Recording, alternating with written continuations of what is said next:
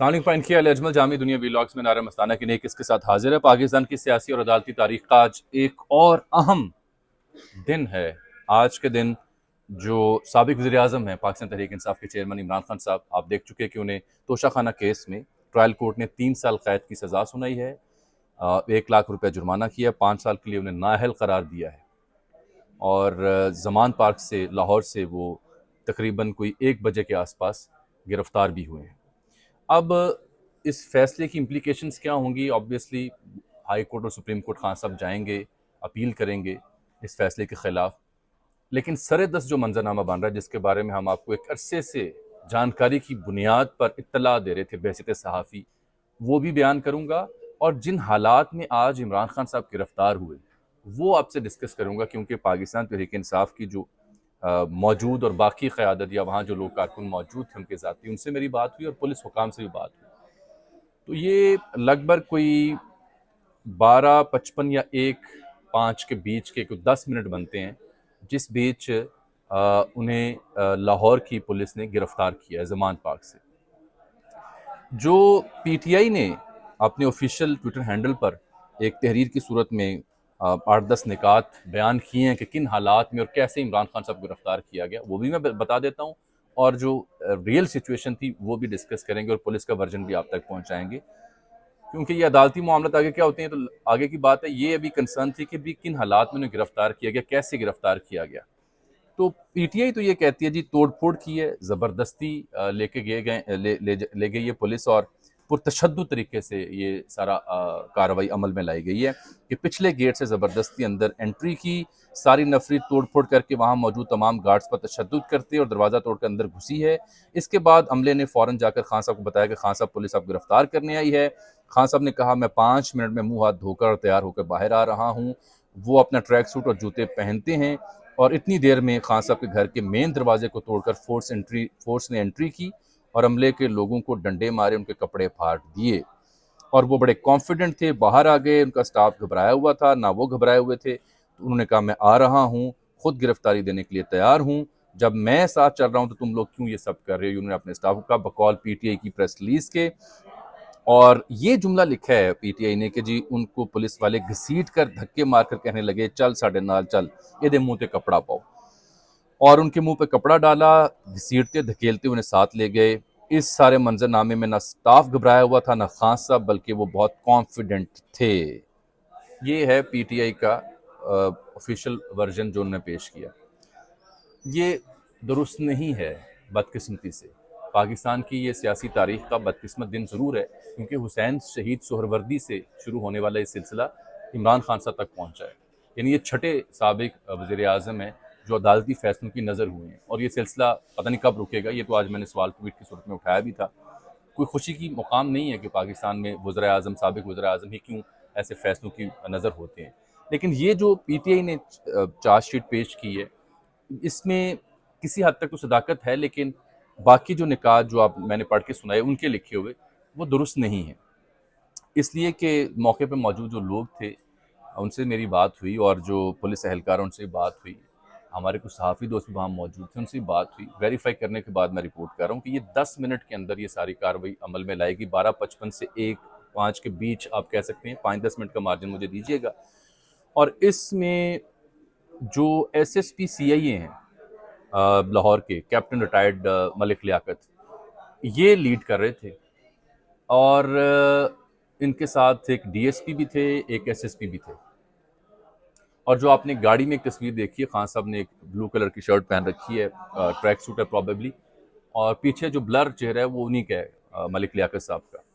और बज़ाहिर वो दोनों शख्सियात काफ़ी इत्मीनान में और एक ईज़ी गोइंग माहौल में दिखाई दे रही हैं। तो हुआ ये कि जब इन्हें यहाँ से गिरफ्तार किया गया तो जो एंट्री का दरवाज़ा उसका ताला तोड़ा गया। ये बात दुरुस्त है क्योंकि वो खुल नहीं रहा था। जो भी उसकी आप जस्टिफिकेशन दें पुलिस वाले, वो गलत है।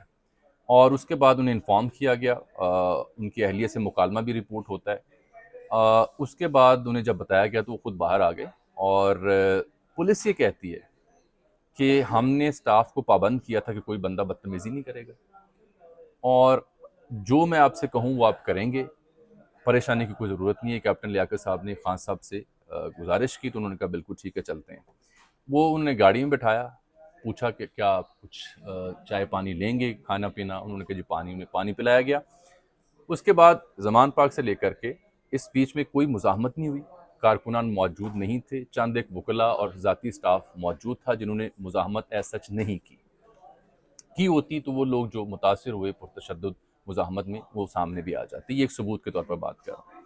उसके बाद इन्हें फौरी तौर पर जो है CIA पुलिस और लाहौर पुलिस की नफरी के हंगाम एयरपोर्ट ले जाया गया, लाहौर एयरपोर्ट, और लाउंज में वहाँ बैठाया गया। तो वहाँ जाके इमरान खान साहब से पूछा गया कि आपको कोई कुछ है दरकार है तो बताएं। घर से ले जाने की इजाज़त नहीं ली गई, वहाँ जाके पूछा गया।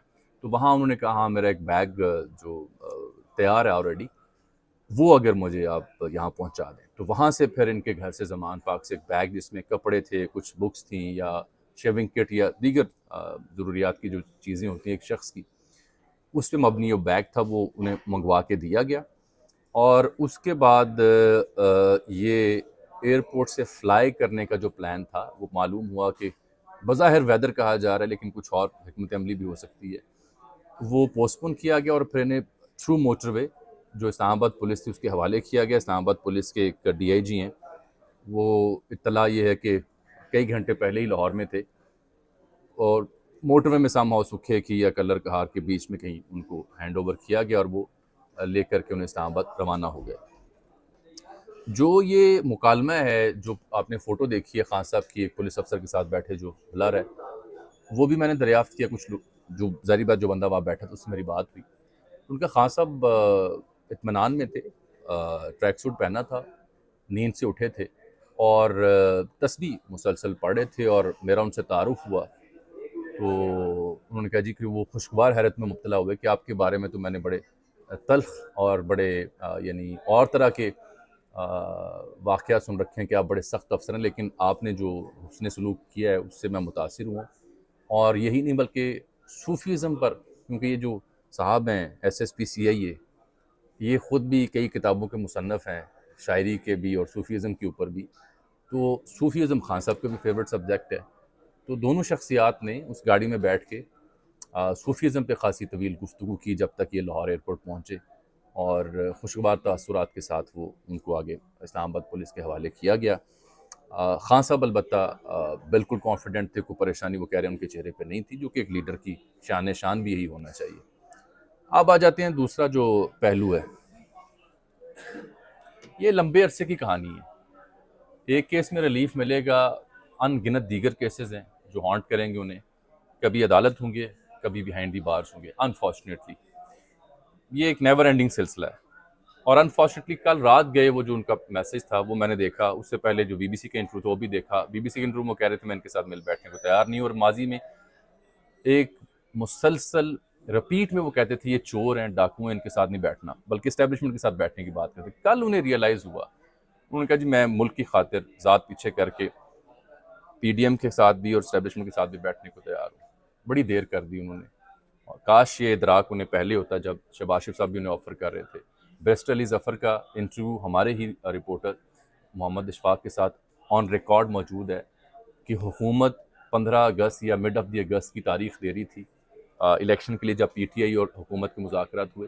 PTI 15 जुलाई की तारीख मांग रही थी। सिर्फ एक माह को आगे पीछे करना मकसूद था, लेकिन किसकी ज़िद आड़े आई मैं उस पर कुछ नहीं कह सकता, आप खुद फैसला करें। उससे पहले परवेज़ खटक साहब भी अनगिनत ऐसे मुज़ाकराती नशिस्तों का हिस्सा रहे।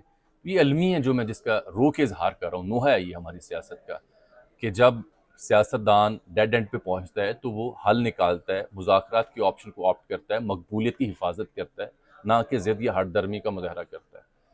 किसी भी सियासतदान के साथ जो भी ऐसा सलूक होता है, हमने हमेशा उस पर खुल के बात की और इनके लिए भी करेंगे। लेकिन सियासतदान मामला फ़हम होता है, हल निकालना सियासतदान का तुर्राए इम्तियाज़ होता है। He is known for coming up with solutions. Dead and पे ले जाना कभी भी सियासतदान नहीं चाहता, ना उसका सॉल्यूशन होता है। ये तो अब केस चलेंगे आगे, इसकी इम्प्लीकेशंस भी आएंगी। ऑब्वियसली जब ये नाअहल हुए हैं तो पार्टी चेयरमैनशिप के ऊपर भी सवाल उठेगा और उसके अहल भी ये नहीं रहेंगे। तो उस सूरत में शाह महमूद कुरैशी या परवेज़ लाई, वो तो खुद बिहाइंड दी बार्स हैं। तो शाह महमूद कुरैशी साहब के बारे में आपको याद होगा मैंने बहुत पहले अर्ज़ की थी कि इनको जो रिलीफ और मार्जिन दिया गया है वो किसी हिकमत के तहत दिया गया है। तो probably he is eyeing to lead the party, लेकिन क्या ये पार्टी बल्ले के निशान के साथ बैलेट पेपर पे होगी या नहीं, ये एक अहम और सवाल है।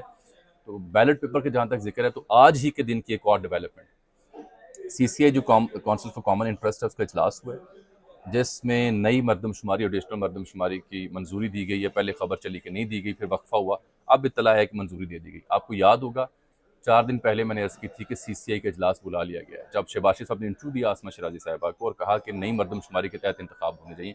उसी रोज़ इसहाक साहब ने और रिकॉर्ड अर्ज़ किया था कि अब आप देखेंगे 1-2 दिनों में CCI का इजलास भी हो जाएगा। ये और बात है कि मुराद अली शाह बदस्तूर कहते रहे कि हमारे तहफ़्फ़ुज़ात हैं, हम CCI में वोट नहीं देंगे नई मरदमशुमारी डिजिटल मरदमशुमारी के तहत, और हम इंतखाबात का इल्तवा भी नहीं चाहते।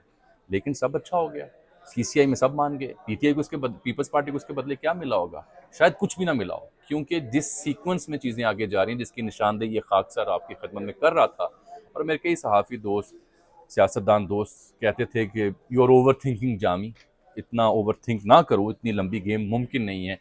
आइन का हवाला भी मैंने दिया कि जो आर्टिकल 51(3) है, जिसमें दर्ज हैं कि 266 नशस्तें होंगी, फाटा जब जाम हुआ उसके बाद हर सूबे के हिस्से में कितनी सीटें होंगी, वो लिखी हुई हैं। तो जब नई मरदमशुमारी के नतायज आप मुरतब करेंगे तो हल्का बंदियाँ भी बदलेंगी और हल्कों की तादाद में इजाफा भी होगा। वो इजाफा आपने आइन के आर्टिकल 51(3) में तरमीम करके लिखेंगे तो फिर इंतखाब होगा। तरमीम के लिए, आइनी तरमीम के लिए 2/3 अक्सरियत असेंबली से चाहिए, जो है नहीं, तो फिर कैसे करेंगे? इसका जवाब मेरे पास नहीं है। तो अगर वो नहीं करनी, तो इसका मतलब ये है, जो मैं कहना चाह रहा हूँ, कि चाहे वो इकनॉमिक इमरजेंसी हो, दहशतगर्दी हो, या ये नई सेंसस का मामला हो, इन तीनों को मिला करके आप पढ़ें। और आज मेरी दुनिया टीवी की ट्रांसमिशन में जो कामरान खान साहब से गुफ्तगू हुई, उसको अगर आप देखें, तो ये मैं कहने पे मजबूर हूँ कि ये एक तवील और लंबी गेम लग रही है, जिसमें एक इकोनॉमिस्ट या टेक्नोक्रेट टाइप का setup is probably pretty much on the board, जो कि मुल्क की बागडोर संभालेगा। सियासतदानों से एक ब्रेक लेने का फैसला है। किस वक्त तक, कब तक, जब तक ये नताइज नहीं आते डिजिटल मरदमशुमारी के, और जब तक ये आइन का हिस्सा नहीं बनते। लंबी गेम है। अल्लाह मेरे मुल्क के लिए, अल्लाह जमहूर के लिए और जमहूरियत के लिए कोई आसानी पैदा फरमाए, क्योंकि मुझे तो आगे एक लंबी गेम, लंबा सेटअप दिखाई दे रहा है, और खान साहब मुसलसल मुकदमात में उलझते हुए दिखाई दे रहे हैं। Last but not the least, इसीलिए मैं कह रहा हूँ आपसे बार बार, एक अरसे से ये जो लोग कह रहे थे नवाज शरीफ साहब वापस आ रहे हैं आज या कल, नहीं आ रहे वापस। उनकी वापसी कब होगी? जब कहीं इलेक्शन का चांद नज़र आ रहा हो, और वो फिलहाल दिखाई नहीं दे रहा। अल्लाह हाफ़िज़।